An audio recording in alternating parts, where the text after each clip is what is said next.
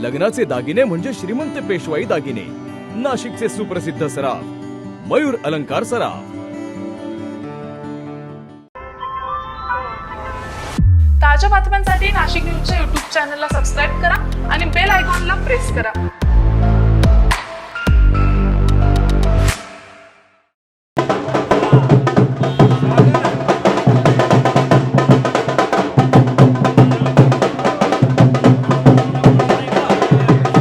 नाशिक महानगरपालिका सार्वत्रिक निवडणुकीच्या पार्श्वभूमीवर पंचवटीतील प्रभाग क्रमांक 3 मध्ये शिवसेना आणि राष्ट्रवादी पक्षाचा प्रचार कार्यालयाचा शुभारंभ आज मोठ्या उत्साहात पार पडला।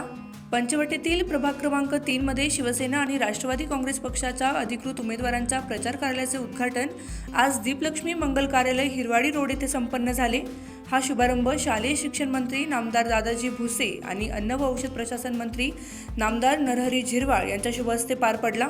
यावेळी दादाजी भुसे यांनी प्रभाग 3 मधील शिवसेनेचे अधिकृत उमेदवार सौ पूनम मोगरे आणि हर्षद पटेल तसेच राष्ट्रवादी पक्षाचे उमेदवार अंबादास खैरे आणि सुनीता शिंदे यांना प्रचंड बहुमताने विजयी करण्याचे आवाहन केले। जनतेच्या विश्वासावर आणि विकास कामांच्या जोरावर शिवसेना व मित्र पक्षांचा झेंडा नाशिक महानगरपालिकेवर फडकूया असे मतही त्यांनी व्यक्त केले। यावेळी अन्न व औषध प्रशासन मंत्री नामदार नरहरी झिरवाळ यांनी आपले मनोगत व्यक्त केले।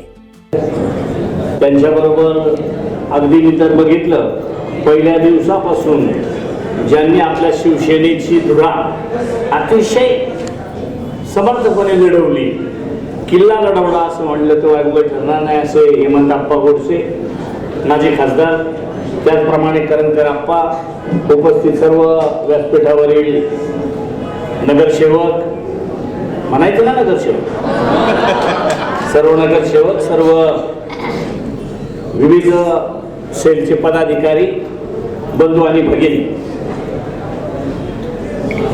तसं ते भुसे साहेबांचं म्हणणं होतं त्याआधी बोलणार नंतर मी बोलणार, पण मला केव्हा बोलायला सांगा, काही फरक नाही पडत। निवडणूक म्हटली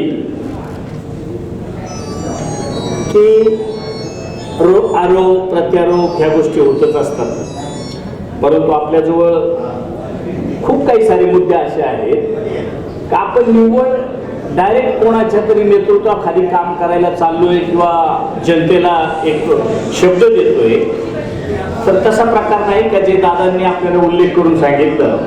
या प्रचार कार्यालयाच्या शुभारंभामुळे परिसरात उत्साहाचे वातावरण निर्माण झाले असून स्थानिक नागरिकांनी शिवसेना व राष्ट्रवादीच्या विकासाभिमुख भूमिकेला पाठिंबा दर्शवलाय। आगामी निवडणुकीत प्रभाग क्रमांक 3 मधून शिवसेना आणि राष्ट्रवादीला भरघोस यश मिळेल असा विश्वास नामदार नरहरी झिरवाळ यांनी यावेळी व्यक्त केला। Bureau report, Nashik news, Nashik. ताज्या बातम्यांसाठी नाशिक न्यूजच्या YouTube चॅनलला सबस्क्राईब करा आणि बेल आयकॉनला प्रेस करा।